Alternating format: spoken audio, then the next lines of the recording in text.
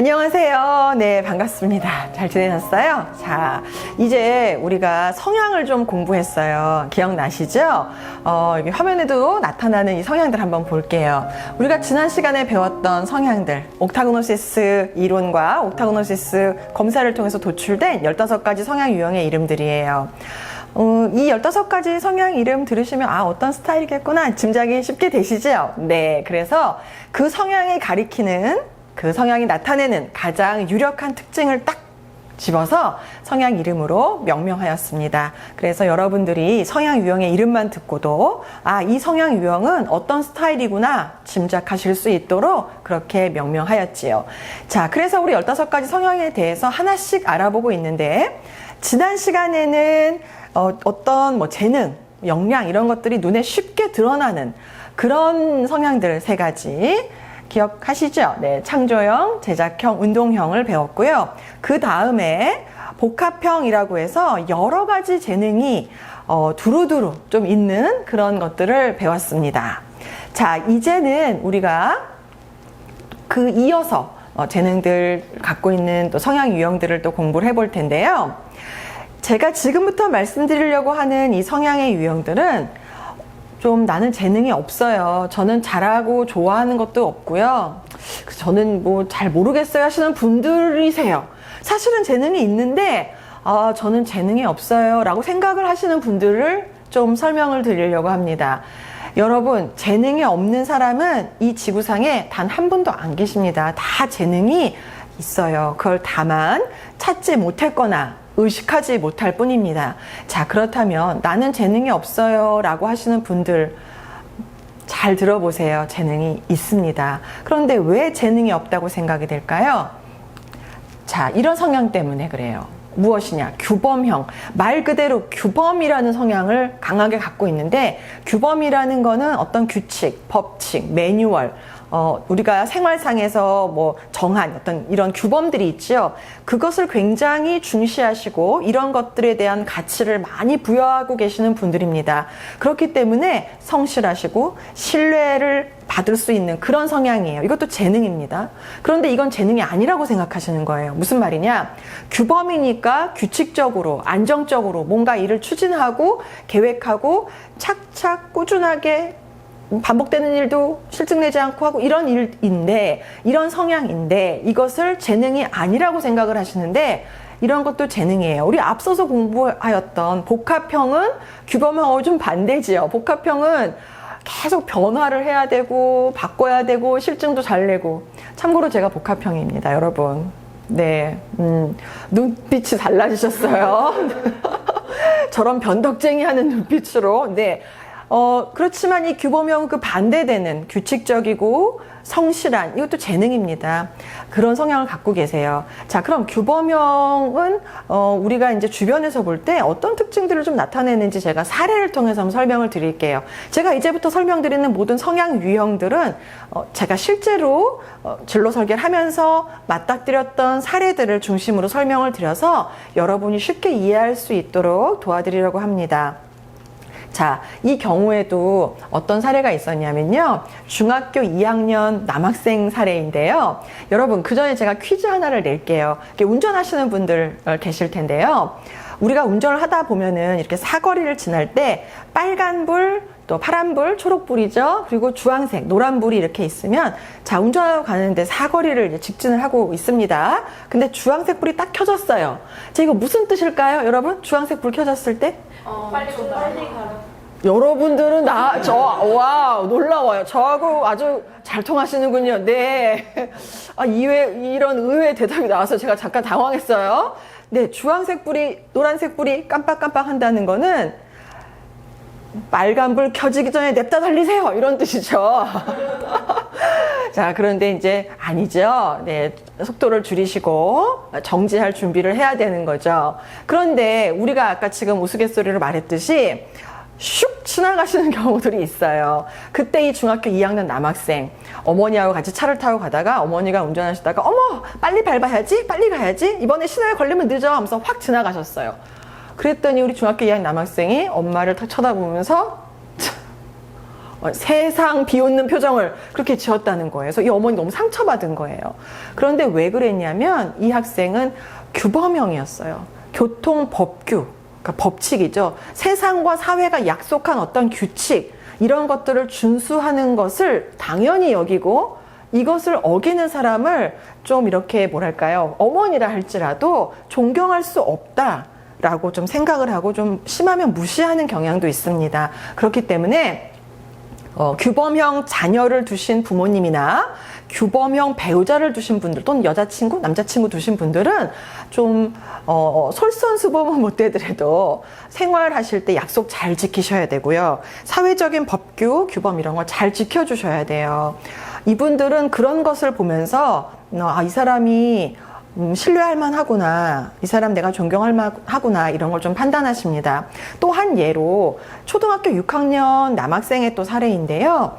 보통 우리가 이렇게 컴퓨터 프로그램 같은 뭐 문서 서류들 쓸 수 있는 그런 프로그램들을 친구가 갖고 있으면 이렇게 몰래 불법 다운로드 받아서 쓰기도 하지요. 그러면 안 되지만 워낙 고가의 프로그램들이 많다 보니까 종종 그런 일들이 일어나는데요. 사실은 우리 정품 써야 돼요. 그렇죠. 그런데 이 초등학교 6학년 학생 아버님께서 이래 통상 그냥 아무렇지도 않게 늘 그래 왔으니까 다른 분들도 그러시니까 하는 마음으로, 그건 아니란 생각으로 이제 다운로드를 받으신 거예요. 그걸 보고 우리 초등학교 6학년 학생이 식음을 전폐했대요. 우리 아버지가 저런 불법을, 우리 아버지가 이렇게 좀 충격을 받았다. 이제 그런 얘기도 하는데, 규범형은 그런 분들입니다. 그래서 이런 분들은 급작스러운 변화, 갑작스러운 환경의 변화, 이런 것들이 생기면 좀 불안해 하세요. 그렇기 때문에 어머님들께서 왜 맹모 삼천지교란 말 있지요. 공부를 위해서 이사를 많이 다니고 또 소위 좋다는 학군을 이사 가시고 이런 건 좀 생각해 보셔야 됩니다. 왜냐하면 규범형 분들은 갑작스러운 환경의 변화에 적응하기를 좀 힘들어 하세요. 그래서 이사나 어떤 뭐 유학 이런 것들 좀 맞지 않을 수 있습니다. 그렇기 때문에 이사하거나 뭐 유학 가거나 이민 가는 거에 대해서는 두려움을 조금 느낄 수 있고 그런 것 자체를 좀 싫어하실 수가 있어요. 왜 그럴까요? 네, 이분들 직업을 보면 왜 그런지 답이 나옵니다. 자, 직업을 한번 보실까요? 네, 공무원. 나라 지키셔야 돼요. 어딜 가세요? 국내에 계셔야 됩니다. 네. 자, 이제 법과 규범, 규칙, 그리고 늘상 반복되는 일들을 잘하셔야 되는 업무와 좀 관련이 있지요. 네, 규범형의 성향을 아주 잘 보여주고 있는 학과와 직업들입니다. 그렇기 때문에 내가 무슨 법 잘 지키고 이게 무슨 재능인가요? 내 재능이에요. 주변에 보세요. 그런 분들 이렇게 흔치 않습니다. 그리고 반복적인 일들 실증 안 내시고 꾸준히 성실하게 하실 수 있는 분들이세요. 이런 분들이 우리나라를 더 좋은 사회, 더 바른 나라로 이끌어 가시는 아주 중차대한 책임을 갖고 계신 겁니다. 어디 가지 마시고 나라와 함께 해주세요. 자, 그럼 그 다음에 이제 이런 것도 재능이에요? 라고 하는 또 두 번째 또 성향 유형이 있습니다. 무엇일까요? 봉사형. 말 그대로 좀 뭐가 좀 착한 내음이 풀풀 나지요. 네. 착한 것도 재능이냐? 라고 물어보시는 분이 계십니다. 네. 착한 것도 재능입니다. 옥타고노시스 검사가 해외로도 나갑니다. 그래서 영어로 이렇게 번역이 될 때 이 봉사형을 영어로 번역했을 때 우리가 엔젤 타입이라고 이름을 붙였어요. 왜냐하면 봉사형은 말 그대로 천사 같은 분이세요. 왜 이런 얘기가 있어요. 신이 너무 바빠서 봉사형 같은 사람들을 세상에 심어놨다. 네, 제가 만든 말입니다. 감사합니다. 네, 제가 급조한 말이에요. 네. 굉장히 착한 성품을 갖고 계세요. 나보다는 남을 먼저 생각하고 이타적인 걸 타고나셨습니다. 여러분, 이타적인 거 타고나는 거 힘들어요. 그렇잖아요? 우리는 맞아요. 네.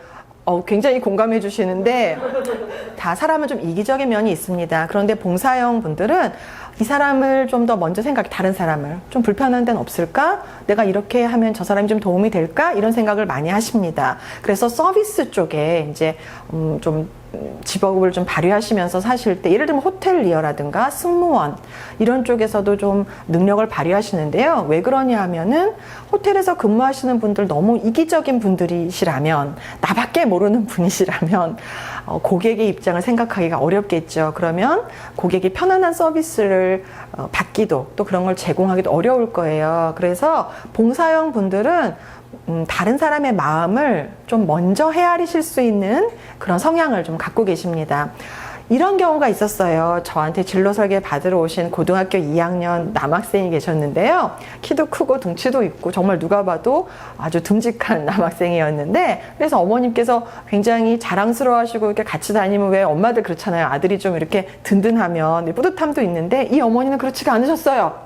왜 그런가 좀 의아했거든요. 그랬는데 알겠더라고요. 왜냐하면 이 고등학교 2학년 남학생이 이제 진로 설계를 받으러 오셨을 때 어머니랑 같이 오셨을 때 그냥 의자에 앉고 이렇게 하는데 보통 남학생들 오시면 엄마가 앉는지 동생이 앉는지 관심도 없고 자기가 툭 앉거든요. 그런데 이 남학생은 왜 우리가 레스토랑 같은데 좀 고급진 데 가면은 웨이터분들이 이렇게 의자 싹 빼주시잖아요. 이제 앉으시라고. 그것처럼 이 고등학교 2학년 남학생이 어머니가 이렇게 앉으실 때 의자를 싹 빼서 엄마가 편하게 앉을 수 있도록 또 싹 집어넣어 주시는 거예요. 저 그걸 보면서 야, 저 아들 너무 부럽다. 아이고 세상에 정말 난생 처음 보는 장면이었습니다. 그런데 우리 어머니 좋지 않았어요. 표정이. 저는 막 감동해 막 이러고 있는데 어머니가 야, 공부나 좀 그렇게 해. 이렇게 말씀하시는 거예요. 너무 충격이죠. 이 학생은 막 기뻐서 엄마 좀 잘 이러는데 공부나 좀 그렇게 해봐 이러니까 학생이 또 시큰둥해져가지고 의기소침해져서 이렇게 하더라고요. 그래서 아니 어머님 왜 그러세요? 라고 했더니 얘는 너무 착해 빠졌어요. 얘 하는 거 보세요. 얘 이렇게 착해 빠져가지고 이 야가 빠진 세상에서 어떻게 살아요? 하시는데 걱정하지 마세요. 착하시면 착하신 대로 또 하실 수 있는 일들이 있습니다. 여기 직업 잠깐 볼게요.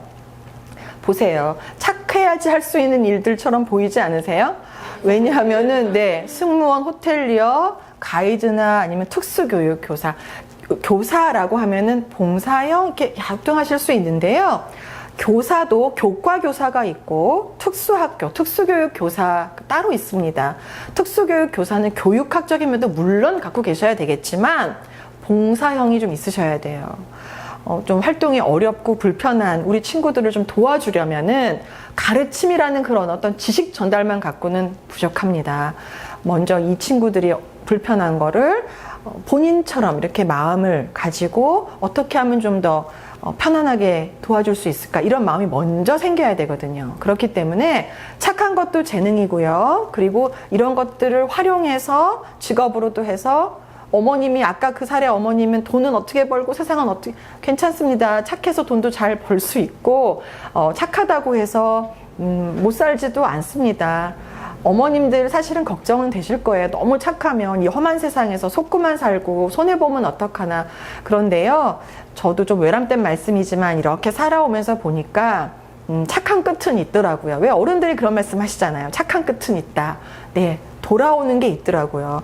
그래서 그리고 또 무엇보다 중요한 것은 본인이 그 착한 것을 타고 나셔서 그 재능을 가지고 직업과도 연결이 됩니다. 그래서 우리 진로 설계사분들은 이 봉사형의 직업들이 어떤 것들이 있는지를 명확히 알고 계셔야 돼요. 왜냐하면 봉사형 하면은 그냥 막연하게 착하다라는 걸로 끝나서 뭐 할 게 없다라고 생각하실 수 있는 착각을 들 수 있는데 그렇지 않다는 걸 명확하게 아시고 이분이 가지고 있는 서비스 마인드 이런 걸 어떻게 끄집어낼 수 있는가 그런 직업들은 무엇이 있는가를 연결하시는 거 이게 진로 설계사로서 가장 염두에 두시고 직업이나 학과를 선정해 주실 때 진로 설계하셔야 되는 기초적인 요건이 된다고 볼 수 있겠습니다. 자, 그런데 이분들은 아까 말씀드렸던 규범형 봉사형 분들은 재능이 좀 이렇게 모호하다, 나는 없다 이렇게 생각하실 수 있는데 지금 보여드릴 이분은 재능을 일찌감치 아시고 진로 설계가 일찌감치 끝나시는 분이에요. 한번 보겠습니다. 교육형입니다. 왜 그럴까요? 우리가 초등학교 6학년 아니면 더 어려서는 어린이집부터 시작해서 거의 12년 또는 그 이상을 매일 마주치는 분이 바로 선생님이시죠. 그렇기 때문에 교육형, 누군가를 가르치고 가르침을 통해서 그 사람이 더 발전적으로 변하고 그거에 대해서 보람을 느끼고 이런 어떤 지적 권위와 카리스마를 가지고 상대방을 더 좋은 방향으로 긍정적으로 변화시키는 일에 재능을 갖고 계신 분들이 교육형이세요. 이분들이 다 어디에 계실까요? 학교에 계시죠. 그런데 우리가 학교를 다니나요? 회사를 다니나요? 어릴 때? 학교를 다니시죠. 그러니까 학교를 가면 매일 접하는 분들이 이 교육형 분들이신 거예요. 그러다 보니까 내가 교육형 성향이면은 바로 느껴지죠. 아, 선생님 되고 싶다. 그래서 이분들은 진로를 일찌감치 결정하시는 분들이 많아요. 왜냐하면 의사 선생님도 뭐 자주 접할 일이, 글쎄 건강하신 친구들은 병원에 잘 갈 일이 없어서 접할 일이 좀 드물 테고, 뭐 연예인은 뭐 TV에서만 보고 실제로는 볼 일이 좀 없잖아요. 또 화가 같은 경우도 그렇고 컴퓨터 프로그래머도 그렇고, 하지만 선생님은 매일 보지 않습니까? 그렇기 때문에 교육형에 대한 어떤 직업적인 특색, 특징을 우리가 알게 모르게 금방 흡수가 되는 거예요. 그렇기 때문에 교육형 성향의 재능이 있으신 분들은 바로 알 수가 있는 거죠. 그래서 이런 분들은 어릴 때부터 나는 교사가 되겠습니다 라는 거를 일찌감치 결정하시는 이유도 여기에 있습니다. 자, 그런데 교육형 분들은요, 왠지 공부를 잘 하실 것 같지요? 네, 공부 잘 하십니다. 잘 하시는데 딱 거기까지만 하세요. 그래서 교육형인데 너는 왜 공부를 이거밖에 못하니? 그러지 마세요. 충분히 잘하신 겁니다. 왜냐하면 내가 가르칠 수 있는 정도까지만 하시는 거예요. 그 이상은 별로 안 해요. 그냥 내가 이 정도만 가르칠 수 있는 정도까지만 하십니다. 그런데 이제 이런 경우가 있어요. 교육형 분들이 공부하실 때 좀 특징이랄까요? 남을 가르치면서 공부를 하시는 거예요. 그러니까 내가 누구를 가르치면서 그걸 통해서 내가 배우는 거예요. 내가 가르치면 설명하면서 내가 공부가 되는 거죠. 그래서 교육형 성향에 있는 친구들은 시험 때 제일 바빠요. 친구들 다 모아놓고 공부하면서 선생님 놀이처럼, 얘들아 자 봐봐. 근데 이게 안 되는 친구는요, 강아지라도 끌어안고 합니다. 미키야, 오늘 언니랑 사탐 끝내보지 않으련? 오늘 언니가 부정사가 뭔지 확실히 가르쳐 줄게. 이러면서 미키를 끌어안고, 그렇게라도 누구에게 가르치는 것처럼 하면서 이렇게 하면 공부가 안 될 것 같다고 부모님들이 좀 오해하시고, 입 다물고 해. 무슨 공부 이렇게 정신없게 하시는데, 이분은 그러면서 본인이 그게 공부법이에요. 이거를 일명 티칭 공부법이라고도 하는데요. 가르치면서 내가 공부를 하는 거예요. 이분들은 그런 특징을 갖고 있기 때문에 주변에서 산만하다, 조용히 해라 하지 마시고 나름의 공부법을 좀 이해해 주셔야 될 필요가 좀 있습니다. 자, 그렇다면은 이분들은 어떤 좀 성향적인 면을 일상생활 할 때 더 보여주느냐? 자존심이 강하세요. 자, 선생님은요, 말씀을 더 많이 하실까요? 학생들이 더 많은 말씀을 하실까요? 수업 중에? 네, 선생님이 많은 말씀을 하시죠. 그렇기 때문에 이 말을 못하게 하면은 기분이 나쁘시죠. 그리고 선생님 틀렸어요 이러면 기분이 좋을까요? 학생 잘 지적하셨습니다. 제가 더 열심히 공부하겠습니다. 이쪽으로 나오시지요. 저 대신 가르쳐 주시옵소서. 이렇게는 안 한단 말이에요. 그렇기 때문에 이 선생님들은 지적 권위를 지키기 위해서 공부를 하십니다. 하는데 아까도 말씀드렸지만 딱 거기까지 나한테 필요한 교과교사라고 하시면 딱 그 교과만 하시는 거죠. 그래서 가르칠 수 있는 수준까지 공부를 하시는데요. 그러다 보니까 지적인 권위와 지적 자존심이 강합니다. 그래서 학생들, 이런 교육형 성향을 가진 학생들, 어머니들이나 아버님들을 만나면은 하나같이 하시는 말씀이 이래요. 쟤는 내가 한마디를 하면 10마디를 해요. 이러시거든요. 근데 원래 그렇습니다. 아니, 선생님이 말씀을 하셔야지 아무 말씀도 안 하시면 선생님은 좀 힘들잖아요. 네. 그래서 말대꾸를 좀 한다, 이런 오해를 받을 수도 있는 성향인데요. 말대꾸라기보다는 우리 아이가 교육형이구나, 내 친구가 교육형이구나, 이렇게 이해해 주시면 좋겠어요. 한 예로 어떤 친구가 있었는데요. 중학교 3학년 여학생이었는데 어머니가 너 좀 수다 좀 그만 떨고 공부 좀 해. 너는 이렇게 쪼르륵쪼르륵 나가려고 하고 말로 친구들하고 모여갖고 이렇게 하신단 말이에요. 그랬더니 이 딸이 그러더래요. 엄마한테. 엄마는 청소기 돌릴 때랑 쇼핑할 때랑 눈빛이 달라. 나한테만 그래? 이렇게 얘기를 하더래요. 좀 무시무시한 말을 좀 했는데요. 네, 선생님이세요. 선생님이시기 때문에 잘못도 잘 봅니다. 지적도 잘 하세요. 왜냐하면 그게 싫어서, 이 사람이 미워서 흉보려고, 비난하려고가 아니라 교육형적인 성향 때문에 그래요. 상대방을 더 좋은 방향으로 바꿔주고 싶은 마음이 강하거든요. 선생님이 그러셔야죠. 그렇죠? 그래야지 학생들이 더 발전할 거 아니에요. 그래서 오늘 이놈의 버르장머리 확실히 고쳐서 더 좋게 만들어줄 거야 인 거지, 내가 널 비난하는 거야는 아니라는 거 오해하지 않으셨으면 좋겠습니다. 자, 그렇다면 이번에 이제 보실 성향은 굉장히 꼼꼼하신 분들이에요. 자, 잠깐만요. 제가 교육형 교사라고 말씀을 드려서 직업과 학과를 슬쩍 넘어갔어요. 다 말한 줄 알고. 화면 잠깐 볼게요. 이런 직업들이에요. 자, 교사, 교수, 교육 컨설턴트, 이런 교육과 관련된 분들이시죠? 네. 교육형은 그래서 아까도 말씀드렸지만 조금 어릴 때부터 본인의 진로가 확실히 정해진다라고 말씀을 드렸어요. 자, 그런데 이분들은 좀 꼼꼼하신 분.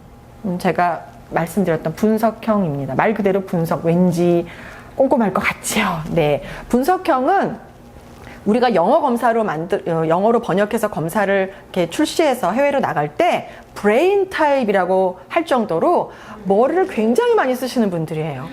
분석, 어떤 정보를 정말 도마로 다지듯이 분석을 하는 분들입니다.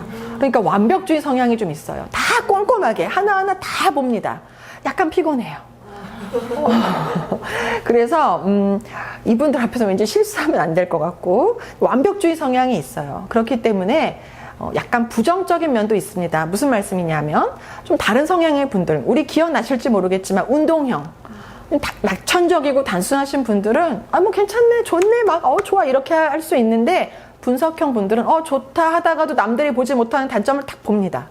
미처 보지 못한 오류를 금방 봐요. 그렇기 때문에 잠깐만, 이거 완벽하지 않아.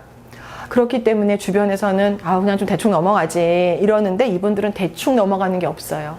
그래서 이렇게 텍스트, 문자, 글자로 되어 있는 그런 것들 굉장히 꼼꼼하게 읽어 내려가시기 때문에 조금 느린 경향이 있습니다.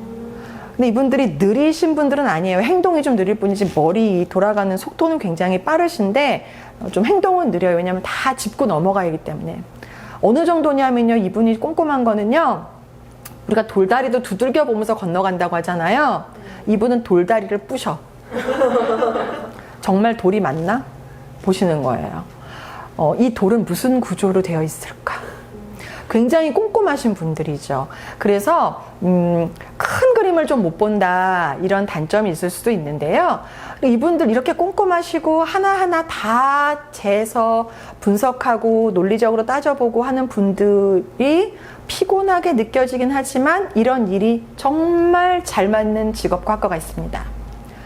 자, 기자, 언론인 꼼꼼해야 되죠? 평론가 당연합니다. 분석 잘 하셔야 됩니다. 그렇기 때문에 이런 성향의 분들, 분석형 분들은 여기 보이시는 이런 학과와 직업이 적합하죠. 감정평가사도 있네요. 감정평가사 굉장히 꼼꼼해야 되잖아요. 예, 그렇기 때문에 내가 단점이라고 생각하고 있는 것들을 나는 왜 이럴까 생각하지 마시고, 이 단점이 필요한 직업이나 학과가 있다는 거를 아시고 너무 좌절하거나 지레 포기하지 마세요. 분석형은 욕심이 좀 있어요. 욕심이라는 게 앞서 배우셨던 복합형처럼 다 갖고 싶어의 욕심이 아니라 완벽하고 싶어의 욕심이에요. 그렇기 때문에 완벽해야지 하려고 하다 보니까 스트레스가 좀 있어요. 본인이 본인을 좀 볶아요. 이거 왜 이거밖에 안 됐어. 막 이렇게 막 울분이 치밀어 올 때도 있어요. 남들의 하고 비교를 많이 하시기 때문에. 쟤는 저렇게 잘하는데 나는 왜 이러지? 저분은 이걸 너무 잘하시는데 나는 왜 이러지? 괜찮아요. 괜찮습니다. 천천히 가면 되고 좀 돌아가면 되고요. 괜찮아요. 틀릴 수 있어요. 여러분 혹시 여기 분석형 계세요? 네, 저쪽에 계시는군요. 네. 신이 아니십니다. 실수할 수 있습니다. 네, 너무 완벽하려고 하지 마세요. 괜찮아요.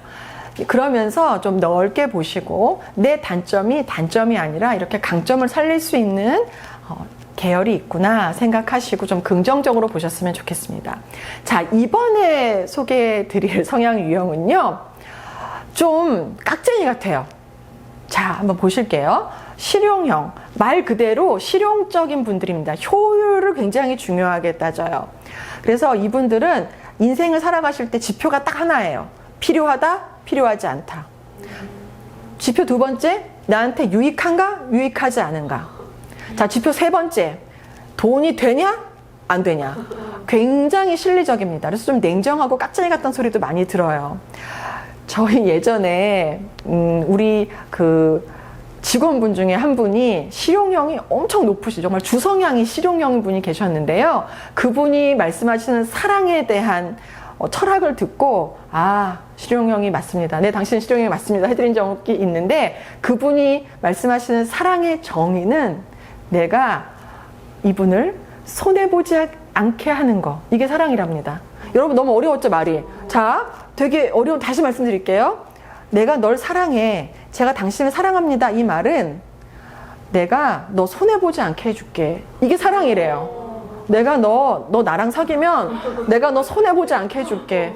그 말하고 차였대요. 멋있다고? 그 말하고 차였대요. 아니, 사랑해요라는 말을 듣고 싶은데 자기는 그게 사랑이라는 거예요. 실용형의 극명한 특징, 손해냐 아니냐를 굉장히 잘 구분합니다. 돈이 되느냐 안 되느냐, 이런 사례가 있었는데요. 제가 이제 그 진로 설계한 남학생인데, 지금 생각해도 너무 웃겨가지고요. 고등학교 2학년 남학생인데 그 친구 정말 키가 굉장히 컸어요. 크고 정말 키가 굉장히 커서 눈에 잘 띄었거든요. 185라 그랬나, 키가. 그래요. 굉장히 큰 편인데 상상해 보니까 너무 웃기는 상황이어서 자꾸 웃음이 나는데, 여러분도 한번 들어보세요. 예전에는 이렇게 백화점 같은 데 가서 물건을 사면은 영수증을 모으면 뭐 몇만 원 이상 모으신 분께 샴푸도 드리고 뭐 이렇게 좀 증정품을 드리는 그런 이벤트들이 좀 종종 있었어요. 그런데 우리 그 실용형인 그 고등학교 남학생이 이제 어머니 말씀에 창피해서 동네를 다닐 수가 없다는 거예요. 이 친구 때문에. 키도 커서 눈에 확 띄는 데다가. 왜 그런가 봤더니 이제 뭐, 엄마, 우리 샴푸 떨어지지 않았어? 그러더래요. 그래서 샴푸 사야 돼. 안 그래도 엄마 장 보러 가야 되는데 같이 가자. 물건 좀 들어줘. 해서 이제 백화점에 가셨대요.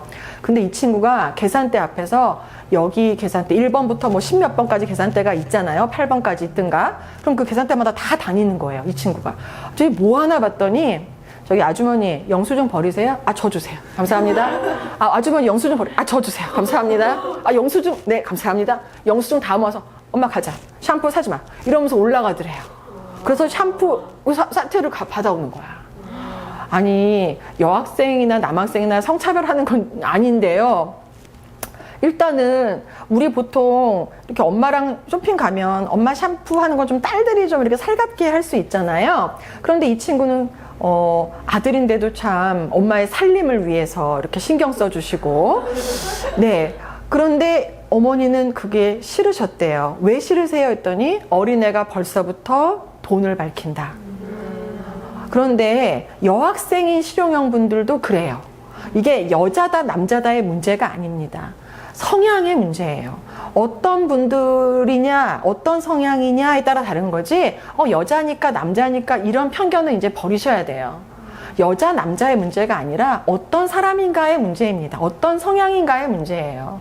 그렇기 때문에, 아들이, 딸이, 이런 거는 이제 우리가 좀, 의식을 좀 바꿔야 될 필요도 있고, 또 하나, 이 사람이 이런 성향을 보이면, 이 어머니처럼, 어린 게 벌써부터 돈을 밝혀라고 하시기보다는, 우리 아이는 이런 경제적인 개념에 좀 민감하구나, 이렇게 보시고, 이게 왜 이런 그런 태도를 보이는 걸까? 무엇 때문일까를 좀 생각해 보셨으면 좋겠어요. 그 친구는 실용형이 굉장히 높았습니다. 그래서 그냥 공짜로 뭘 얻는다, 우리는 공짜로 얻는다 이렇게 생각하는데, 이 친구는 효율로 봅니다. 그거를 내가 노력 대비 효율이 높다 이렇게 봐요. 이거 공짜예요, 그냥 받은 거예요 라고 하는데, 이 친구들은 효율이 높아. 내가 노력을 안 했는데, 내가 노력을 이만큼 했는데, 아니면 요만큼 했는데에 비해서 효율이 높아, 이렇게 생각을 하더라고요. 이런 성향들을 이제 실용형이라고 명명하게 되었습니다. 그래서 이분들의 키워드는 돈이에요. 어릴 때부터 돈을 밝히는, 이렇게 부정적으로 보실 건 아니고요. 이분들의 키워드는 돈이기 때문에 이 돈, 이제 능력이죠. 돈이 되겠다, 안 되겠다, 이런 걸 활용할 수 있는 학과나 직업을 선택하시면 됩니다. 자, 보세요. 경제학, 경영학, 돈을 다루는 일이죠. 네, 돈의 흐름을 알지 못하면 이런 것들을 공부하는데 좀 어려우실 수 있어요. 경제연구원, 신용분석, 금융상품 설계, 펀드 매니징, 회계사, 세무사, 이런 쪽 관세사 다 숫자와 돈을 다루는 일입니다. 그래서 이분들은 진로 설계를 할 때 이제 뭐 미성년자, 그러니까 청소년이다. 그럼 부모님들이 진로 설계 받자 하고 이제 오시잖아요. 그럴 때 좀 주의하셔야 될 것은 진로 설계비를 미리 말씀드리지 않는 거예요. 왜냐하면 이분들은 진로 설계비 비용을 듣는 순간 계산을 해요. 자, 내가 이 돈 낸 거 대비 이게 얼마나 도움이 되겠어? 이렇게 되겠어? 이렇게 먼저 생각하고 안 될 것 같아? 그럼 아예 안 오고 어디 들어보자. 말해봤어요. 이 정도 받을만 하지 내가 보겠습니다. 이렇게 좀 생각하시는 거예요. 그 정도로 굉장히 실리적이신 분들입니다. 그래서 이런 금융계에서 일을 하시면은 고객들의 돈 관리 손해 안 보게 잘 해주시겠지요. 네. 자, 그러면 지금 또 보시게 될 이 성향 유형의 분은요, 문과인가 이과인가 헷갈리기 시작하면서 냉정한 면도 있는데 따뜻한 면도 있네, 헷갈리게 하시는 분들입니다. 바로 생명형인데요. 말 그대로 어떤 생명체, 생물학, 또 생명현상 이런 데에 관심이 많고 또 생명체에 대한 애정도 많으신 분들입니다. 아픈 동물이나 아픈 사람을 보면은 아유 그냥 안 됐다 정도가 아니라 내가 좀 어떻게 하면 고쳐줄까, 이런 분들이세요.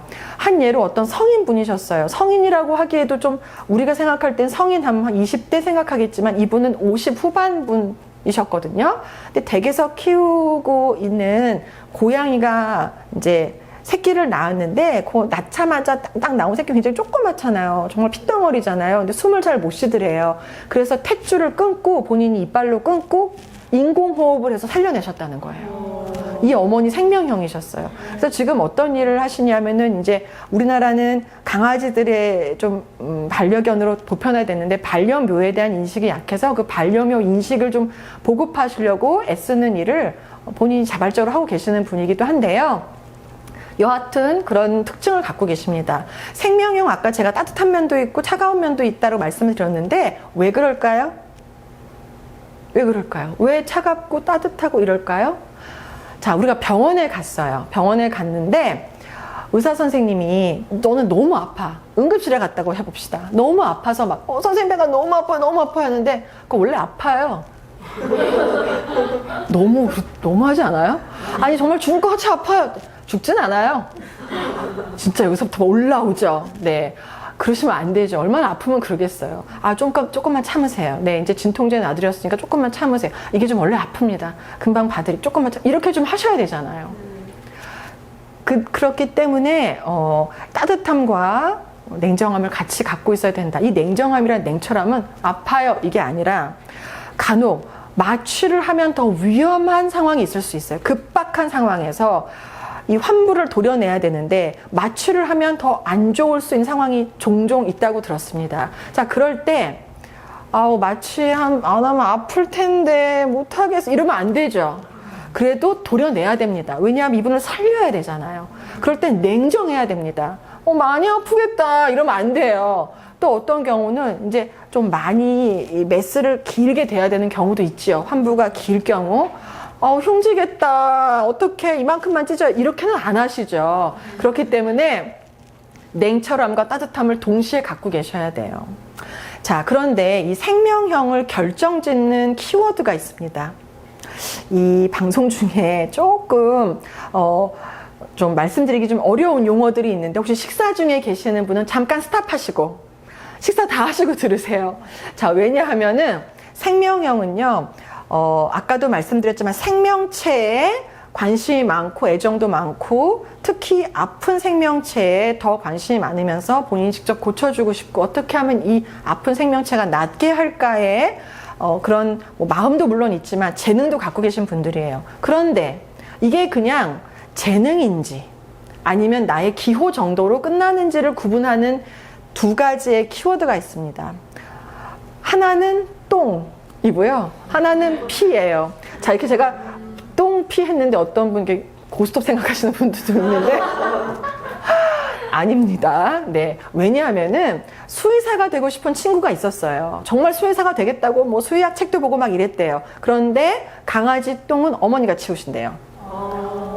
더럽다고. 수의사 될 수 있을까요? 조금 어렵겠죠. 네. 그리고 어떤 분은 실제로 성인분이셨어요. 20대 후반, 30대가 다 돼가는 이제 청년이었는데 그분은 병원에서, 대학병원에서 간호사를 근무하고 계셨던 분입니다. 그런데 부모님 몰래 휴직을 하고 출근한다고 좀 그렇게 하고 휴직을 한 다음에 이제 저를 찾아오셨어요. 너무 안 맞는다는 거예요. 이 간호사 일이. 취업이 잘 되니까 부모님의 권유로 간호사가 되었는데 응급실에 가건 뭐 이렇게 무슨 실습을 할 때가 있잖아요. 간호학 공부를 하다 보면 아무래도 이론을 공부할 땐 그래도 견딜만 했는데 실제 실습을 할 때 이 친구가 기절했대요. 피를 보고. 응급실에도 가고 이제 병원에서 해부도 하는 경우가 종종 있는데 이제 의사 선생님들은 해부를 많이 하시겠지만 간호사분들도 피를 볼 일이 있잖아요. 근데 이제 대학병원에서 어떻게 꾸역꾸역 참고 대학병원에 와서 하필이면 처음에 갔는데 응급 환자가 생겨서 정말 응급실에서 피가 난자된 모습을 보고 또 그대로 쓰러지셨대요. 근데 일어나서 계속 구토하시고 도저히 견딜 수가 없어서 내가 이게 정말 적성이 맞는지 이제 알아보시려고 오셨는데 이분의 적성은 맞는 그 직업은 국어 선생님이셨어요. 너무 안 맞죠. 네. 이게 취업이 잘 된다. 이과 가면 취업이 잘 돼. 뭐 이 직업 가지면 취업이 잘 돼. 물론 잘 될 수 있겠지요. 하지만 나하고 적성이 안 맞을 경우 잘 된 것이 과연 잘 된 걸까요? 적성에 맞아야지. 거기서 일을 하고 보람을 느끼고 또 급여를 타면서 어떤 성취감도 느끼고 하셔야 되는데 안 맞는 일인데 아무리 취업이 잘 된다 한들 행복할 수 있을까요? 그런 걸 한번 생각해 보시고 무작정 취업이 잘 된다. 이건 좀 고려해 보실 사항이라고 봅니다. 자, 그래서 이 생명형은요, 아까 말씀드렸다시피 문과와 이과적인 성향을 동시에 좀 갖고 있어서 헷갈릴 수가 있어요. 왜냐하면 이 생명과 관련된, 그러니까 한번 보시겠어요? 학과하고 직업에 보시면 다 생명공학, 생물, 뭐 생명과 관련된 이 일은요, 문과적인 소양이 좀 강합니다. 완전히 기계만 다루는, 앞서 배우셨던, 앞에 강의에서 좀 배우셨죠? 제작형, 뭐 공학 계열, 이쪽하고는 좀 달라요.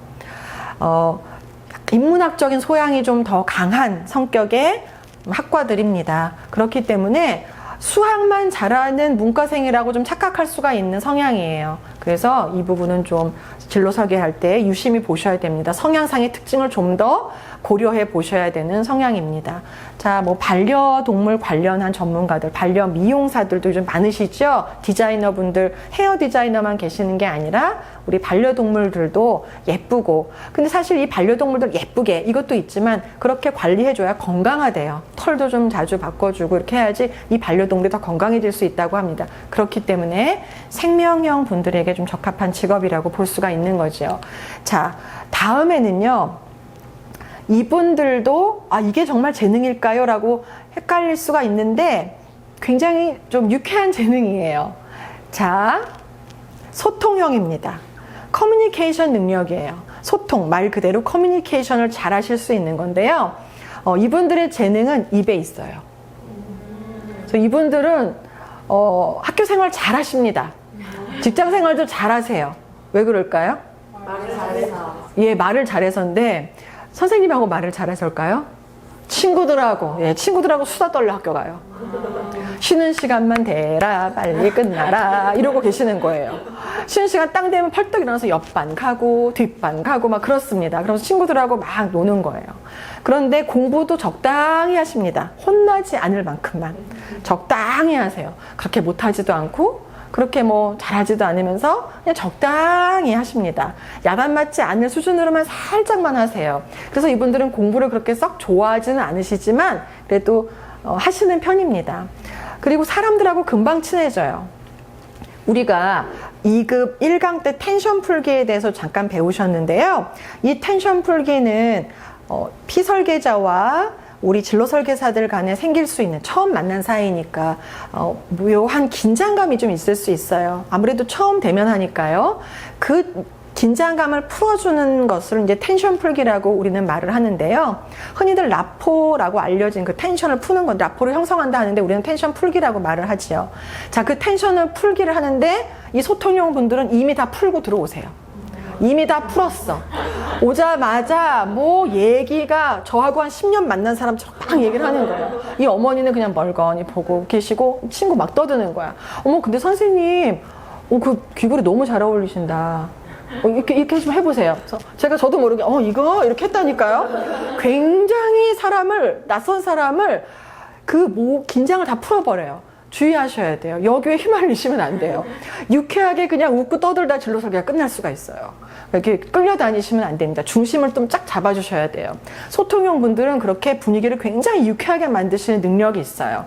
그래서 세일즈를 하실 때 고객들에게 이 물건에 대한 신뢰를 주시는데 이 물건보다도 사람에 대한 신뢰를 먼저 주시는 경향이 있습니다. 워낙에 커뮤니케이션이 잘 되시기 때문에. 그래서 왜 우리 어머니들 보통 이 소통형이 더 강하신 어머니들 보면은 전화로 한참 떠드실 죄송합니다. 한참 대화를 나누시죠. 어머 그랬구나. 그럼 이제 아버님이나 이제 우리 자녀분들이 눈치를 줘요. 엄마 밥 먹자, 밥 먹어. 이렇게 잠깐. 예, 그래. 그래. 내일 1시에 만나서 그래. 그때 또 얘기하자. 오늘 너무 아쉽다 얘. 밥 달래잖니. 딱 끊었어요. 아니 그럼 지금까지 말은 하고 또 내일 또 만나서 또 얘기를 해요. 지치지 않으십니다. 이분들은 말을 하면 할수록 에너지가 나요. 그래서 이런 일을 하셔야 돼요. 아나운서, 호스트 다 입에 재능이 있으시죠. 네, 말씀하시는 재능, 이 말 전달력, 언어의 감각이 좋습니다. 말의 센스도 있으시고 재치도 있으세요. 그래서 주변의 분위기가 좀 어색하다 또는 이 두 사람의 대화가 없거나 뭔가 문제가 생겼다. 그럼 소통을 통해서 그 두 사람에 대한 어떤 긴장을 풀어주면서 중재 역할도 잘 하십니다. 그렇기 때문에 좀 개방적인 마인드를 갖고 계세요. 편견, 선입견 이런 것들이 없습니다. 그래서 해외 문화나 또는 외국의 어떤 문물 이런 거 낯선 것들에 대한 두려움이나 거부감이 별로 없으세요. 그래서 이분들은 이제 좀 답답하시거나 이럴 때 훌쩍 비행기 타고들 가볼까라는 마음이 드시는데 이거는 그쪽에 어떤 여행을 가서 문물을 본다기보다는 그 해외에 산 사람들을 만나고 싶은 거예요. 관심이 많은 거예요. 저 사람들은 무슨 생각을 할까? 저 사람들은 무슨 말을 하면서 어떤 걸 먹으면서 살까? 어떤 걸 입으면서 살까? 하면서 그 사람에 좀 초점을 맞추는 거예요. 자연 경관은 어떤가, 건축물은 어떤가, 음식은 이게 아니라 그 사람, 그거를 소비하는 사람들의 관심이 좀 많습니다. 그래서 낯선 사람과도 금방 친해지고요. 하지만 아까 말씀드렸듯이 진로 설계를 할 때 그런 화기애애한 분위기가 좋기도 하겠지만 그렇다고 해서 다 좋은 건 아닙니다. 중심을 갖고 가셔야 돼요. 웃고 떠들다가 끝나는 진로 설계가 될 수 있기 때문에 그렇습니다. 자, 그러면 그 다음에 이분들은 조금 뭐랄까요? 생각이 많다고 말씀드려야 될까요? 아까 분석형의 생각이 많은 그 분석적 사고력이 높은 분석형과는 조금 다르게 또 생각이 많으십니다. 자, 이분들 한번 볼게요. 추리형인데요. 말 그대로 뭔가 추리를 해내는 거예요. 한 가지 정보가 들어오면 그 다음 거 계속 유추해서 생각을 해냅니다. 아까 소통형은 재능이 말에 입에 있다고 했죠. 이분들은 생각에 있어요. 소통형 분들은 말이 굉장히 끝없이 나와요. 분위기 가볍게. 이분도 말이 끝없이 나오는데 분위기가 가벼운 게 아니라 그렇다고 무거운 건 아니지만 이 정보가 계속 나옵니다. 내 생각이 꼬리를 물어요. 우리 혹시 뇌 사진 속에 시냅시스 이렇게 사진 혹시 보신 적 있나요? 네, 이렇게 생겨가지고 이렇게 계속 신경이 또 연결되고 나뭇가지도 보면 이렇게 나뭇가지가 계속 연결된 것처럼 이분들의 머릿속을 이렇게 들여다보면은 한 가지 정보가 들어오죠. 계속 확 펼쳐져서 계속 끝없이 나갑니다. 꼬리에 꼬리를 물고 나가요. 그 생각이 입을 통해서 나오면 꼬리에 꼬리를 물고 이야기가 계속 끊임없이 나옵니다. 작가적인 소양이 있는 거예요. 스토리텔링에 굉장히 강하십니다. 소통형의 스토리텔링은 즐겁고 유쾌하고 이렇다면 추리형의 스토리텔링은 굉장히 의미가 있는 말들로 진짜 이야기꾼처럼 분위기가 아니라 정보를 전달하는 겁니다. 상상력이 굉장히 뛰어나고요. 그러다 보니까 이 한 가지 정보로 그 다음 걸 잘 유추하다 보니 사람들이 보내는 정보를 가지고도 그 다음 걸 잘 유추합니다. 그래서 이 사람의 어떤 심리적인 상태, 마음 이런 것들을 잘 캐치하실 수가 있어요. 그래서 이분 지금 뭐가 불편하겠구나. 저 사람 좀 내가 말하는 거에 이렇게 생각하나 이런 생각을 좀 하십니다. 봉사형의 이타적인 거하고 좀 달라요. 봉사형이 이타적인 거, 이 사람을 더 먼저 배려하고 하는 거하고는 좀 차원이 다른 거예요. 결이 다릅니다. 이분들이 생각하는 이 사람 지금 이런 생각을 하나 하는 거는 이타적이다, 이기적이다 하는 거가 아니라 이분의 지금 어떤 감정 상태 이런 게 이입이 잘 되는 거예요. 그러니까 공감이 잘 되는 겁니다. 그러니까 아까 우리 왜 제가 좀 우스갯소리로 의사 선생님들 생명형 설명할 때 아파요 할 때 원래 아파요 이랬잖아요. 추리형 분들은 그렇게 반응 안 하세요. 너무 아프겠다. 제가 아파요 하기도 전에 너무 아프겠다, 많이 아프지 하면서 그걸 보고서 내가 더 아파질 것 같은 너무 아프겠다 이거 먼저 막 이러시는 거예요. 왜냐면 정보 보고 얘가 좀 찡그리네, 엄청 아프겠구나 하면서 어머 아프겠다 이렇게 되는 거예요. 정보를 보고 바로 이렇겠구나 하고 유추가 되는 거죠. 그래서 이런 분들은 심리 상담 쪽에서 두각을 드러내실 수도 있고요. 프로파일링 이런 쪽에서도 두각을 드러내실 수가 있습니다. 자, 그런데 이 추리형의 좀 단점이라면 단점이라고 할까요? 정보가 너무 많고 생각이 많다 보니까 걱정이 많아요. 그리고 의심도 많습니다. 근데 또 귀도 얇아요. 왜냐하면 정보가 너무 많이 들어오니까 이 정보에 열린 분이시기 때문에 그리고 또 생각이 너무 많다 보니까 넘겨짚기를 좀 하실 때가 있어요. 소위 말해서 오버한다고 하죠. 한 예로 우리 회사에 어떤 남자 직원분이 계셨는데요. 청소하시다가 이제 다른 청소하시는 분, 우리는 다 같이 대청소하거든요. 착하죠. 우리 회사 다 같이. 저도 해요. 저도 선생님 청소해 주세요 이렇게 안 하고 저도 합니다. 다 같이 청소를 하는데 모르고 실수로 어떤 분이 그 남자 직원분 쓰레기통 위치를 좀 바꿨나 봐요. 근데 이분이 출근하셔서 보니까 딱 뭘 버리려고 봤는데 그 위치에 쓰레기통이 없어요. 그래서 어디 갔나고 봤더니 저쪽에 있는 거예요. 이분이 딱 무슨 생각을 하셨냐? 나 나가라는 거구나.